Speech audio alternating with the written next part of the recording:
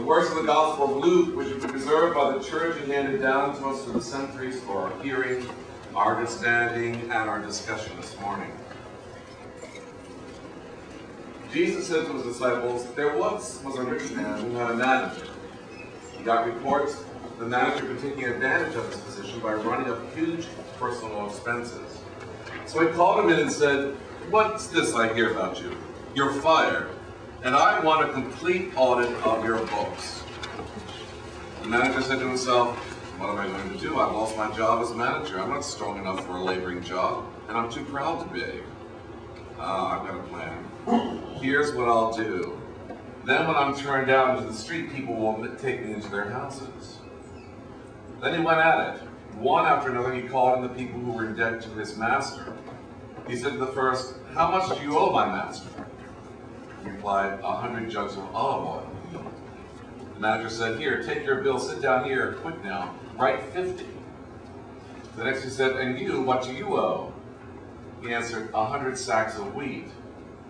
He said, 'Take your bill, write in 80. Now here's the surprise. The master praised the crooked manager. And why? Because he knew how to look after himself.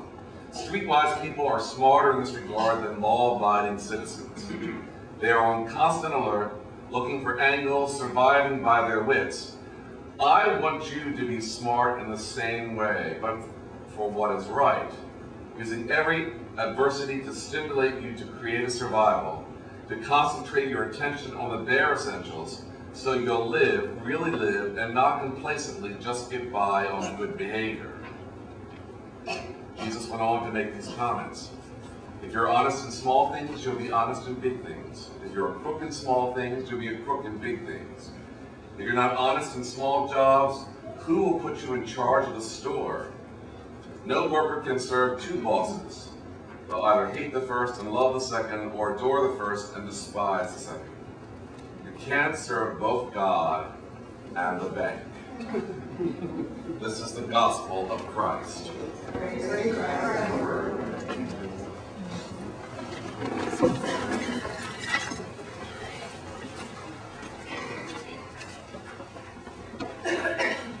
Well, there's a lot to think about there. I'm glad you found the gospel amusing. That's usually when people are chuckling at the gospel, means yes, it succeeded in making us feel uncomfortable. And that's the reason that we laugh.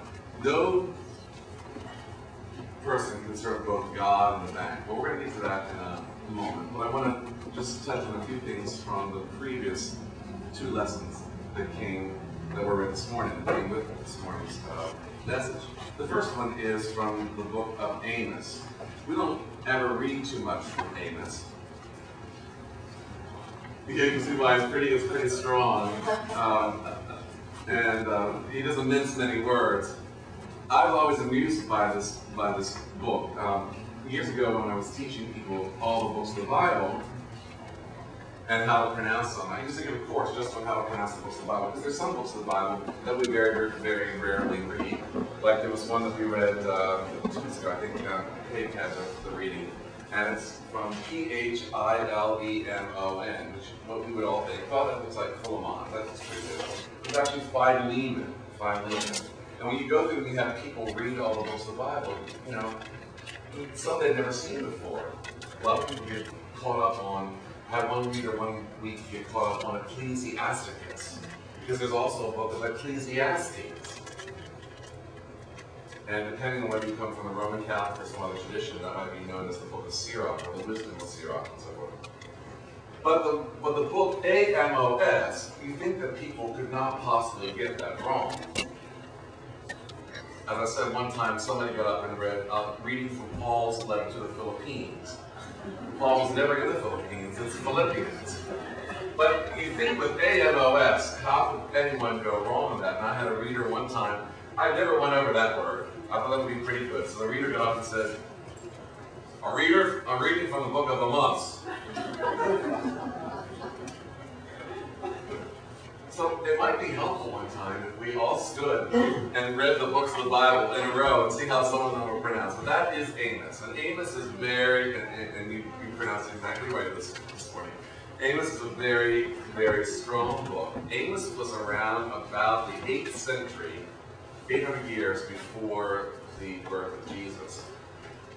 And you can see what was going on at that time. What was going on at that time in his day and age. What was the problem? I was speaking to him after the first reading, but you can look, it's all right.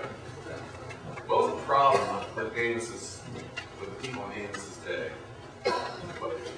They were not only not listening, they were not only misbehaving. The word of God was nowhere to be found. It wasn't that people were not listening to the word, they didn't even know it. They didn't even know how to pronounce Amos's name, for that matter. And so, the famine in the land was not, well, there was a famine in the land probably at the time, and he's making a comparison saying that the real famine, you may be hungry, but the real famine is the fact that there is no word of God that is known in the land. Now, we could say that about every generation. And I think that if my grandparents were here, they would shake their head and say, this generation, just as their grandparents shook their head and said, this generation, what's it coming to, and so forth. So there was a hunger, he suspected, for the knowledge of God, but there was not a presence of God in the land. I'm sorry, is there something you were thinking I was just going to say they also were worried about the weak and getting their money and having a good time. Right. They were not focused on the things that they should be focused on, according to how Amos understood what God's role was in their lives. And this one phrase he uses here, which I wanted to point out to you, if you look in the second paragraph on page 3, God swears against the arrogance of Jacob. Last week we had just the opposite. We have the whole idea that Israel was named, and I asked you who was Israel, and some people knew that was Jacob. Here, Amos is using Jacob as the substitute for Israel. Just the opposite of what we saw. So when you see that God swears against the arrogance of Jacob, what he's really saying there is that God swears against the arrogance of Israel, of the people of Israel. Jacob is the stand-in, if you will, for all the people. Then we go to 1 Timothy this morning. I think it's really very interesting. He says, the first thing I want you to do is pray. Pray every way you know for everyone you know. How many ways are there to pray? That the writer of 1 Timothy, what you've been asked to pray in every way you know. What are the ways to pray? Are there many? Okay, give me one. Out loud, okay. 6.5 billion ways to pray. Well, give me another. What's another way to pray? Together, huh? The opposite of silent. Silent, right? Through creating music or art. Right, those can be prayers. What else? Psalms. Psalms or prayers that we repeat. Praise. Praise. Praise can be prayers, yeah. Showing up in people's lives, that can be a real prayer. I think a lot of people don't always associate the whole idea. The reason I ask what you think is prayer is that sometimes just doing something is a prayer. It may be the answer to somebody else's prayer, or perhaps not, but doing something in itself is a prayer. My father used to get very upset when he was sick, and we said he was on the prayer list. He says, don't put me on the prayer list, I don't want people praying. And I said to him, why? He says, well, he really couldn't say why, but he just felt uncomfortable, so he thought it somehow was obligated to them if they were praying. Or maybe he thought that he had to pray back for them or something like that. But after a while, he got to realize that just personal presence, somebody coming is prayer, but just doing things, sometimes doing things is a prayer. So he was all right with people doing things for him. He just didn't want them praying for him. He didn't want his name being put up in front of everybody else. And we have a very, very long prayer list, if you look at it. And if you even wanted to look the names on there, I'm not sure that anybody here knows who 80% of those people are. But we are praying for them, and we use their names. They're present on our list. They get typed in every week. In that moment, they're being prayed for. They are being remembered. And when when Theresa says a prayer to people, which is all the names of the people listed herein, just by remembering them or hearing their names or saying them silently, that is a prayer. And it can be very, very uplifting, whether the person realizes it or not, or whether we realize it ourselves that it's uplifting. You don't have to know the names of people or who they are. It's nice to know the names of people, but you don't have to know who they are for a prayer to be working for them in their lives. It's not magic, it's just a matter of lifting up and remembering. That's one of the reasons that we pray for the dead. We talked about that several weeks ago. One of the reasons we pray for the dead is because in those moments they come alive again, their spirit is alive again. And we remember them. In remembering them, we also bring, the members being the body of the people assembled, we are once again reassembled with them. We are connected with them again in a way that we have. Going to the cemetery is a very, very nice prayer. Going and visiting not only your ones that have gone before you, but the people that are around them. It's a very, very big thing to do. It's nice. You don't understand that? Me either. I never understood. Why go to the cemetery? Well, for those people who go, would you like to say what it means to you? I know, because I noticed. And I feel like this is what she wanted to do. Okay, so it's a connection. There is a connection there based upon what your mother did in her life. What's another reason to go and visit the people at the cemetery? I find that by going to the cemetery, I reserve that time, and it's special time that I ordinarily don't. And that by being at the cemetery, I have a greater I feel a closer connection with that person. I go and visit the cemetery. I feel a connection to the rest of the world and to my ancestors, which in my case, for instance, where my grandfather, who was Jewish, married my grandmother who was not, his family never forgave me for it, and I don't know all those relatives. It keeps me in connection with them in ways that I never. My mother was never able, has never been able to accomplish in her life. My grandmother was never able to accomplish in her life at all. So for me, it's sort of a undoing of some of the wounds and a healing of the universe, my universe, and the holes that are in it in order to do that. It's really interesting for me, I'm getting emails now from my second cousin, who I've never met, who lives in Israel. And we are trading information about my family, who I never knew. He was able to tell me the other day. I was telling somebody this week as we were preparing for tax sale, that he sent me an email and was able to give me the name of the boat that my great-grandmother came over in 1873. This woman I never met, she died in 1930. I have a picture of her and what she was like. And he actually showed me where on the passenger list, which they've copied now, all these things are online, I actually saw her name and her father's name, who I never knew. I felt very connected. He was a baker, and I thought, okay, that says something about how it came down to me, right? You know? Yeah, good. It gives me chills just now to even speak about it. She came over on the SS Italy from Kiev to Bremen, Bremen to Liverpool, Liverpool to Norway, and Norway to Baltimore. So I feel very connected in that moment in praying and being with her. I've seen her gravestone in Baltimore. My great-grandparents are buried there. I've seen their gravestone, but it's all in Hebrew. I can't even read it. But I felt very connected in that moment. It was really wonderful. Her father's name was Henry, and now I know where some of the other people in the family got their names. So that's really one of the reasons I love being connected to the dead in that respect. And you're involved in your picture. I have a picture of that gravestone, and I did send it to him, but he can't read it either. Because what they did in those days, back in 1930, when she died, they didn't use pointing. Pointing is in Hebrew. It's how you tell what the letters are in between the consonants. Because in Hebrew, there are no vowels. And so anything that's in between could... It says, for instance, on my grandmother's gravestone, daughter of Nehemiah. We don't know whether that means that her father's name was Nehemiah, which I found recently could be, and his name was Henry. Although, interestingly enough, Henry sometimes is a nickname for Nehemiah, just as Jack is a nickname for Jacob, and so forth. we don't know whether that's what it means, or it means something. It could also mean daughter of Israel, meaning that she was Jewish, just Jewish. So we don't know, because the pointing is not there. The people who put it on there knew what it meant, but the people who have later generations are not sure.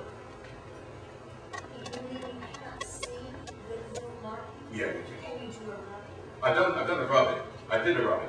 They're not on there. They're just not on there. They didn't put them on because they knew what it meant, but we don't know what it means.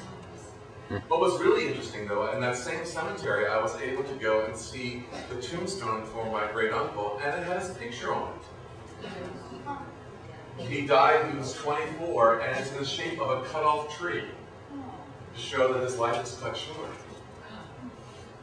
And the picture, I took a picture of the picture, so I put it next to my grandfather's picture. That was his brother, I never knew him. He died in 1921 in a flu epidemic.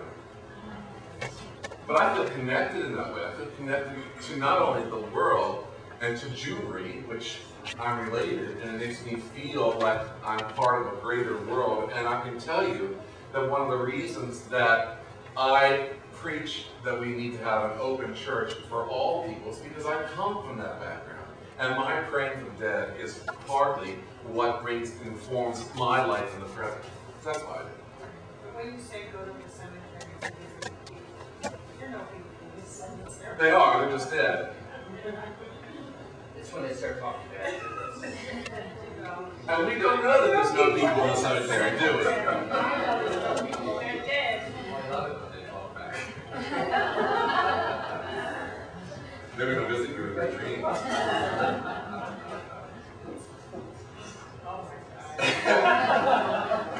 It was just a prophecy that slipped out, through Amos there.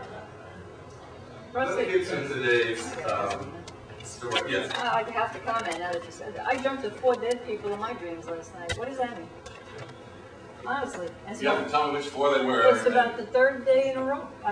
You're just like if it were President Bush, oh no, he's alive. If it were some other people, who have belonged to, it depends on who they are, actually. Family but usually, dreams are things that people are, in our dreams are things that we've not been able to work out in our present lives. That's often the case. Right, that's often the case. Yeah. That's what they say. I mean, taking Jung and all those other people aside, often things in our dreams are things that we're not, our self-conscious is not able, or our conscious is not able to work out in our present lives. So, yeah. There's an Italian-American view that if you dream something 3 times in a row, that it's a harbinger of the truth, and it will come true. So I don't know how that would. That's a little scary for Yeah, that's a little. Well, it's for some people, for other people, it is, reality. And soon. I tend to try not to step on anyone else's reality, because there are many people who will be very, very willing to step on mine. So I think all things are possible. I really do, and that's what I say that, and I believe it, and I preach it. Anything is possible. I have seen things and experienced things that other people have not, and vice versa. So I just can't. I think voodoo is a religion. It's true. Yeah. Candomblé, Santeria, all sorts of things. Where Alessandro comes from, Candomblé is one. Santeria knows another. What's the other one that's? Candomblé, yeah. That's. And do you know anything about Candomblé? Would you call it a religion? Yeah, kind of. African religion, yeah. Yeah, there's some scary parts to it. Like sacrifice and things like that. Yeah, chickens and all that would go. Goats. Goats, yes. One of the things that I learned from somebody who practices that is that they always give the meat to the pork. They get the So it's sacrifice. different from what we do in terms of killing animals to eat them. They just do it. Or bullfights. Anyway, it's all a matter of perspective. Getting into this morning's gospel, again, I thought it was interesting that you laughed, but it is a very strange gospel. It's hard to believe that Jesus would have ever said any of these things. That he praises the dishonest steward. And most scholars think that this is something that Luke put in that Jesus probably never would have said. But I think that the weirder the thing is, the more likely it was probably said. Because people remember the weird things. They don't remember the common things. They don't remember, I love you. They don't remember, you look nice today. They remember, your hair is a strange color. They remember that. You know, anything that's out there, or why are you wearing 14 earrings in one ear? They remember that, but they may not remember that you have a very nice brooch on, or something like that. It's the stranger the thing is, the more likely I think it is to be true. And here's a very strange story about a dishonest steward, and how the master, meaning God in this particular context, praises the dishonest steward. And for the reason of saying that the reason that I'm praising you is you have to know how to survive in this world. And it takes some dishonesty. Well, that's what it might take. He's then going along and saying if you're honest in small things, you can be honest in big things. He's contradicting himself. It seems like it, but not really. Because what he's saying is that it's not the point as to whether or not something is true or not true. It has to do with how we deal with it.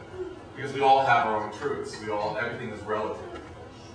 And so what was something that might be true for you may not be true for me at all. As we just examine something that makes sense to me may not make sense for you. Doesn't mean that your point is invalid or my point is invalid. What it does mean is that can we still survive with each other? Can we still interact with each other? And that's the real challenge. And that's, you see what was going on in Luke's church that time. There were many people who didn't understand what the leaders were doing, and they were challenging them. And some people said, well, I don't like the way the church is being run because they're spending their money on this or that. We need a full audit. And what good does that do in the long run is the question. What is important is that the church still survives, the organization still survives, that the people still get along. Or despite you can look at it any way you want, but despite that, can you still go forward? And that's the question. And he says that maybe sometimes what seems to be dishonest with some people, it may not be that at all. Or maybe sometimes you have to go around things. You can't be so hard fixed on what is right and wrong. It's a matter of opinion many, many times. And so this was the fight of the early church. There's this last part here, you can't serve both God and the bank. How is that usually translated? Do you know? God and mammon. I learned something about that this week that I didn't know. Mammon. M-A-M-M-O-N. Have you ever heard that before? Mammon. You cannot serve God and mammon.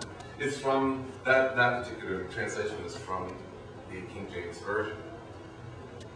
Here's a good Jeopardy question for you. Answer, actually. You cannot serve both God and mammon is the most oft-quoted quote from the Bible in all of literature. Even though you haven't heard it. And mammon itself is is actually an Aramaic word. It was a word that was not translated into English in the King James Version. There are not many.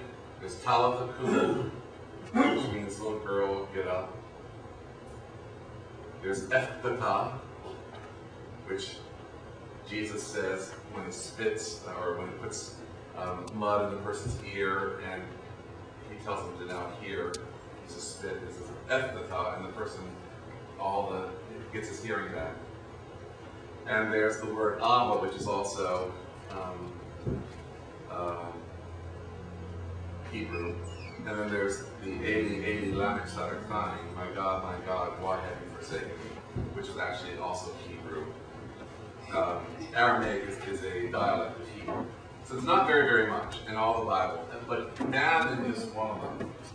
I find it really interesting when things don't get translated into the everyday language. That's usually because they have a meaning that everybody understood, or they have a meaning that no one understood, and it's open to interpretation. You cannot serve both God and the bank. That's how this ends. This whole thing about riches and so forth. This is a parable, if you will, about riches. What does that mean? You cannot serve both God and the bank.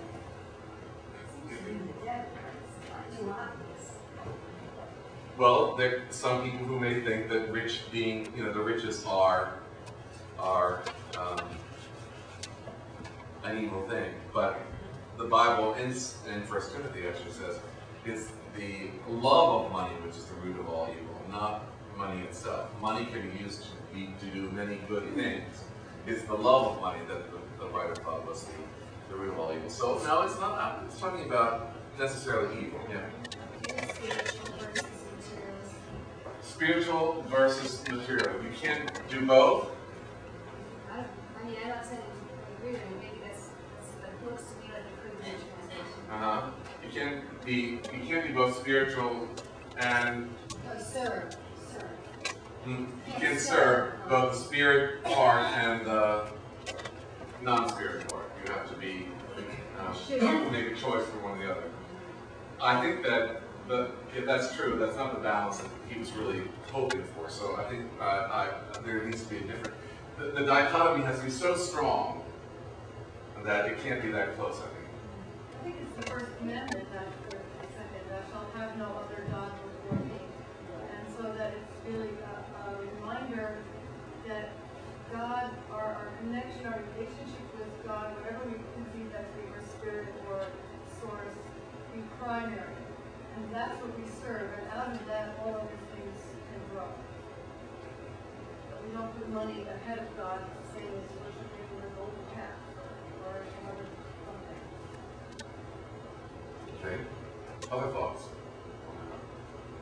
If that's true, what he is saying, if it is related to the first commandment, that we have to put God first in everything, that's what it's really saying, then why is it, if that's true, that is not what the world does? If it's so simple, if it's such a simple truth, then why is it that everybody is not doing that? Or how do we know that they're not doing it? Does everybody put God first in their lives? How do you know? They're there at the cemetery visiting the dead. Oh. They may be.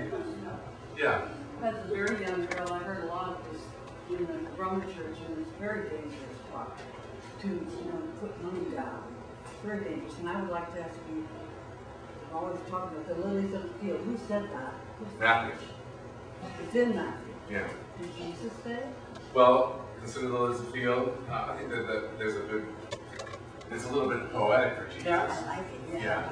But the whole idea is that you do not worry over things that you do not have control over. It's probably an idea that Jesus really had. In all his glory, was not afraid of one of these. There is something more important than. But that has to do with worry. No, it has to do with worry more than money. Worry, yeah. Don't be worried over things you can't change. All right. And that might include money. Yeah. If you have none, or if you have too much of it. Don't worry about it. Let's just say in simple terms, you're not practical. You think that bedrock God expects us to be a little bit practical. I mean, if you don't watch out for that, Well, that's what it's. I mean, all things do come from the That's what's being said in the Gospels this morning, that you got to be practical. Yeah, you got. I think that's one of the main messages of this morning. We could say you can't do this, you can't be spiritual, you have to be more so. But I think the real message is, look, in all our goodness and in all our badness, let's just be practical. So we have a little bit of both, and all of us have a little bit of both that in us, or maybe a lot of both in us. And there needs to be a balance. And sometimes we're really on track, and other times we're not very much on track. But what's really essential is that in the end, what is it that we are seeking? If in the Gospel of Luke, what they're seeking is the fact that the church must survive, then the church must survive. Everybody may not like the way it happens, but if that is the ultimate goal, then that's the ultimate goal. That may not want to be our goal for our community, but that was the goal for this particular community that was struggling in order to make it in a world that was hostile to the church. Now, in this day and age, the church has a lot more authority and power. The church is a general group. And so we may not have the same issues. But there's still, how do you find the balance? What Grace said to me in an email a little while ago, she said, I think that maybe we need to get away from the word goal and using that as part of our discussion, because it's not a helpful word in the long term. So if we get rid of that, let me rephrase it and say, as a church, as this church, as St. John's Church, what is it that we think that should be our vision, if you will? what is it that we are going to put out there for other people to understand as part of our missions? You're always a great model for me. You say it all. I've always thought so. You're inspirational, and yet you're really uncanny when it comes to being creatively practical and good always to make money. I think you're marvelous. Always. I'm going to take this church in a very new direction. In the next part of time. I want to go on record now and say that the last week in October is the very last tag sale I will ever do.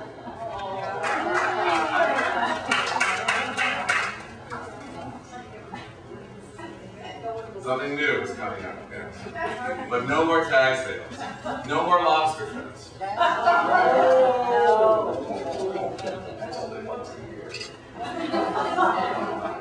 You can do it, John. It takes a lifetime to recover, John.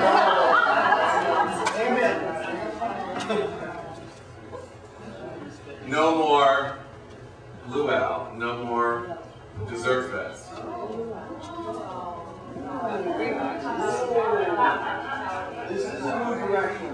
It's a new direction. If you want to do it, fine. I'm not. And part of the reason, and I'm telling you here, is because if you want a leader who's going to help you, then you have to find one who's in better health than I am in order to take on these issues. Delegate. Huh? Delegate. Delegate. I do delegate, but there's still supervision. And it's still a lot of work. And even when you delegate, as Tammy will tell you, as we sat at the Lobster Fest at 2:30 in the morning and still cleaning up, and there were 2 of us here, it still comes back down to me. And it has to be spread out in a much different way. That's true. However, I want to shift the focus about raising money. I did not go to seminary to raise money. I went to seminary because I wanted to preach and teach. And I've spent the last 25 years raising money, and I'm not going to do it anymore. I want to take us in a new place. You all know how to raise money. You can do it blindfold without me. If not, then I have taught you nothing, and I should go. I want to see us go and be focused on a different, to put the emphasis on a different syllable. And I think the only way that can happen is that we realize that we have riches and that we begin to capitalize on all the other riches we have other than just how much we can raise and make that a measure of our success. Anybody can raise money. Anybody can write a check. Anybody can give money. It's very different to give something else. And many people here are very, very good at giving something else. I want to start to bring that out and capitalize on that. And if we do that, all the other will come about as a practical way. But it will take away some of our public face here. It might. It doesn't mean you can't do it. What I'm not doing tax sale here. I think part of the tax sales, I think a lot of good faces come from that. It's just that it's a public touching point that is away from this very... It can happen. It can happen. But it's not, I don't want it to be the focus of our month. I want to see us do something else. To me, what this means is you cannot serve God and the bank. If we take this seriously, it means that the focus cannot always be on whether or not we're making our budget. Our budget will be made by the other things that we do. It will come because people will come and they will give and so forth because they are feeling spiritually uplifted. I don't want to do it the other way around. I don't want to guilt people into giving money because they haven't been in church for a while. But you know, there are many people, and you can tell me if I'm wrong with this, but I know there are many people who do not come to church some Sundays because they don't have the money to put in the plate. It's true. And there are people who, when they're not here on Sundays, don't send in the money that they pledge. They'll give it when they come. There are many people who don't pledge and just give money when they come each week, but they're not going to make a pledge because they don't want to be tied into that or feel that they're somehow obligated. I understand that is something that is, it's a real spiritual crisis, or can be a spiritual crisis for a congregation when it doesn't have enough money in order to make ends meet. That is not our case at the moment, but it can be in what the future holds. I think we need to make a major paradigm shift in how it is that we understand what our vision is. Not our goal, but our vision.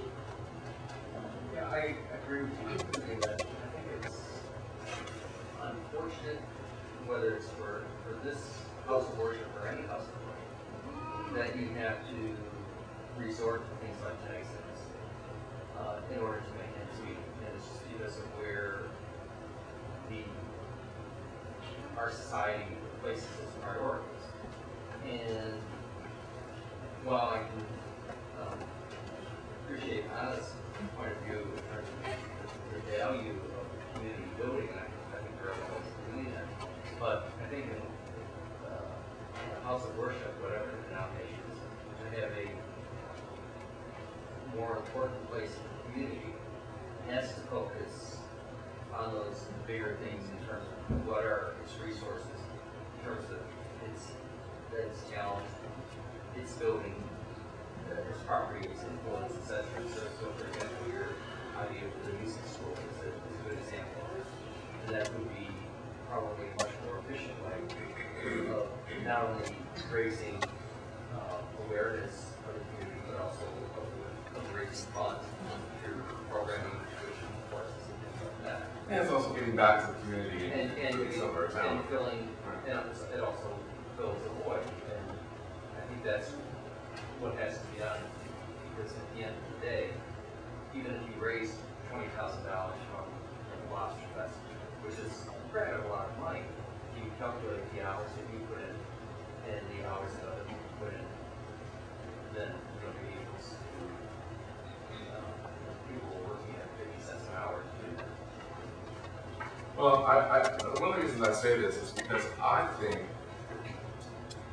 it's just a hunch on my part, and I am trying to interpret the signs, but I think that this next year is what's going to happen politically in the United States, and where we're at, I think we're going to see also a major paradigm shift in the way the country is run and the way people are going to begin to think. I'm seeing some signs here that remind me a lot of the 60s, and what people were starting, how people were upset and protesting and all those other things that I haven't seen in a long, long time. I think there's a new wind blowing. Maybe. Yeah, maybe. Yeah. There's a, got this thing, Genesis. There's a new wind. Genesis. Oh, Genesis, the Genesis. Oh, there's also some of the Genesis, but the Genesis, yes, in the South, and what's happening with that one student and so forth. I think there's you saw the other day a whole bunch of Buddhist monks walking down the street in Tibet and protesting the military government, and for the first time in 10 years, they've actually got that many 1,400 monks walking down the street. I think there's a new shift coming through, and I think that we need to be part of the tailwind that's coming through and not be swept away by it. And for me, one of the things that says is that we, in order to do that, that we need to look at things a little bit differently than we have in the past, and not let it be about fundraising, to be more about friend-raising, which is one of the things that you're concerned about, and I am always. But I think there's another way to do that, as Rob was saying. And I want to see us come into a time where we are able to support the church by our own giving and by our own personage, who we are. A healthy parish, they say, they being the powers that be, say that a healthy parish should have half of its budget through pledging to what the congregation gets. Right now, our budget is $215,000 this year, and our pledging is $65,000. So we need to double that. We need to double that in order to be in a more healthy state. I understand that because I know what it takes to raise the money that's in fundraising. And we cannot be dependent on our buildings, renting them out, in order for our income. The directory comes due in the guy who lives there, his lease is up in March. We're negotiating a new lease with the school next year. We have a tenant in an apartment here. And we have a Bible class that meets here. That brings in $100,000 worth of income a year. What happens if we don't have it? What happens if we can't rent the place? Whatever. We went through that before. That place is empty for 14 months. We lost $84,000 of what we were getting before. We were getting $7,000 a month at that time when the embassy left. And when the new person came in, we were getting half of that. And we were stuck with that for 4 years. We're about to renegotiate all our leases. It's all coming due. All our CDs are coming due, and all these things are happening, and we're going to be running around trying to figure out what the vision, what the next steps for St. John's are. And I'm trying to put you all into my mindset and put me on record now saying we have to do it differently for the next bit of time. If we do not, we will be like Luke's church, struggling, wondering how we're going to make it. Can we finish the roof? Can we finish the roof? We're working on that. Anna has some plans, and we're just doing some things right now that are just repairs that are essential before we even get into the long thing. But yes, we need to do all that. It's part of a long-term vision. We cannot be short-sighted on this. We need to be long vision thinking. And I want to talk about that in the next bit of time. And I'd like to hear from you, not today particularly, because it's 10:30 now, but I'd like to hear from you in the weeks ahead, how it is that you think, or what you think our vision should be for this place. I've got a question. Is there any part of the roof that's in danger of literally collapsing, falling over, etc.? Or are we okay? Not in the church, but there are other, we own 4 buildings. And there's one building where the roof has fallen through. And we're working on that now. And we have a building over here where all the flashing around the windows is causing great leaking and causing it to fall inside. So we need to do those. There's some other things we need to do before we worry about here. But the steeples are not in good shape here. Yeah.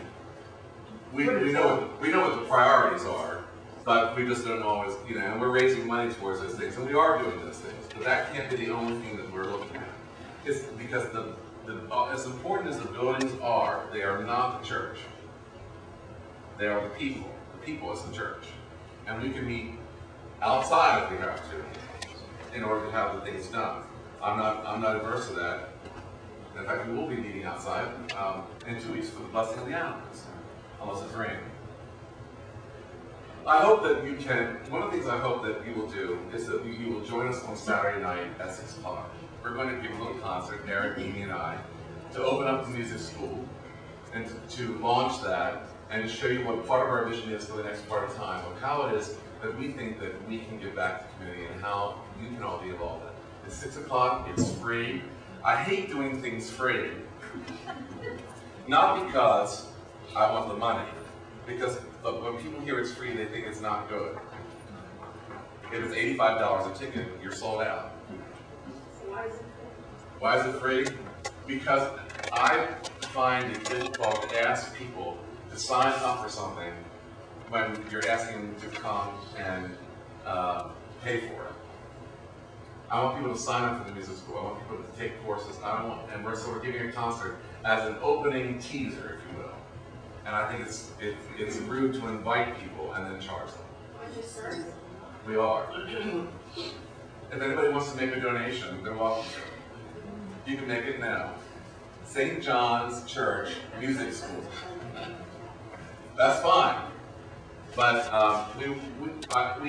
we're all on our way. I just want to let you know that we're on our way to a new vision, a new way of looking at things. And I think it's the time that has come. I will not be here forever. And I think that we have to be looking and always setting the stage. I think the one thing that Jesus did very, very well was he was trying to always prepare his disciples for the time that he would not be with them. I think a good leader, what a good leader should do is prepare the congregation for the time when he or she is not going to be there any longer, or that they can go on without the person at the helm.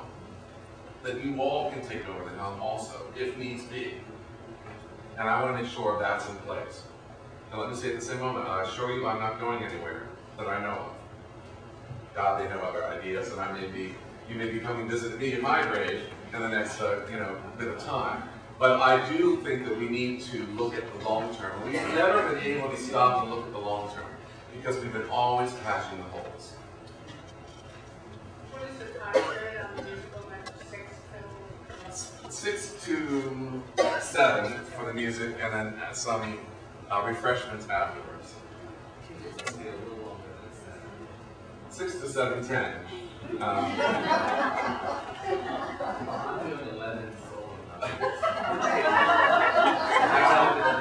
But if you would cut out those costume changes, it would be much better.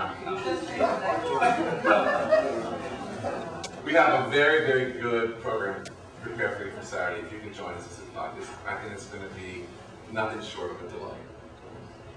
All right, I'm going to end it for this morning, but I do hope you hear me and hear me loud and clearly that we are going to do some things different, and that I'm not going to be involved in the type of fundraising that we have done in the past. First of all, I want to let you know, physically I can't do it. And I've been sick this year. I've been very sick this year with some things that are really affecting my health. If you want me to stay, and you want me to be alive to do it, we have to change gears. I'm serious. And you can laugh at it, but I'm going to tell you that I talked to the bishop 2 weeks ago about going on medical disability. That's how bad I feel.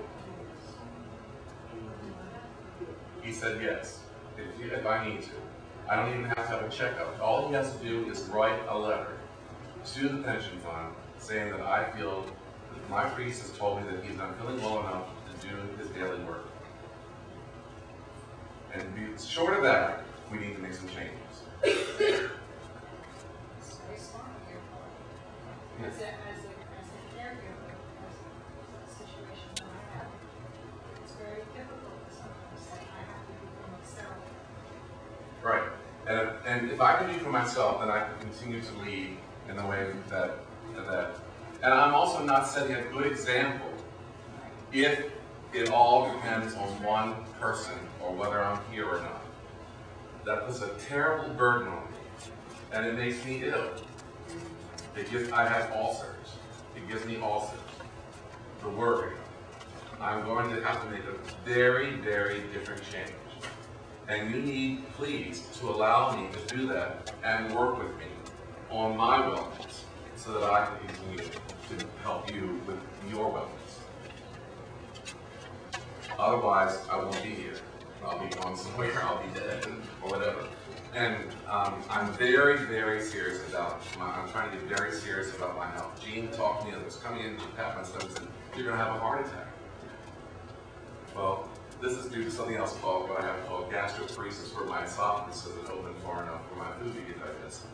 But that is all, a lot of it is created by tension and stress. I am trying to reduce my stress, and I'm trying to do it so that I can be present to you all when you need me. So we're going to make a major shift. And one of the things we're going to do to celebrate that and to make sure that it is upbeat and all that is we are having this concert on Saturday to show you the gifts that we have to share in a whole different way. I hope you will join us at 6 o'clock. Yes.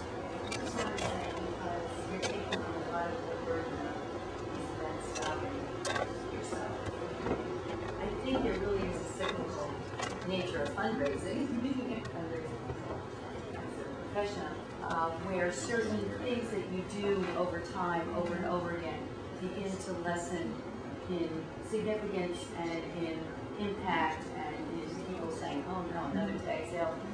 So I think there have been enough successes in a cyclical way over the last few years where it's a natural step, your health aside, to move into other areas and do things that bring people in other ways, because in some ways these events, as wonderful as they are, have run their course a little bit. So it's really, it's all sort of converging. It's like that thing that happens in the universe where things kind of have a natural demise of their own and move forward into something else. And so not a bad thing. Yes, and I want to assure you, assure you that I'm not afraid of it. In fact, I'm embracing it.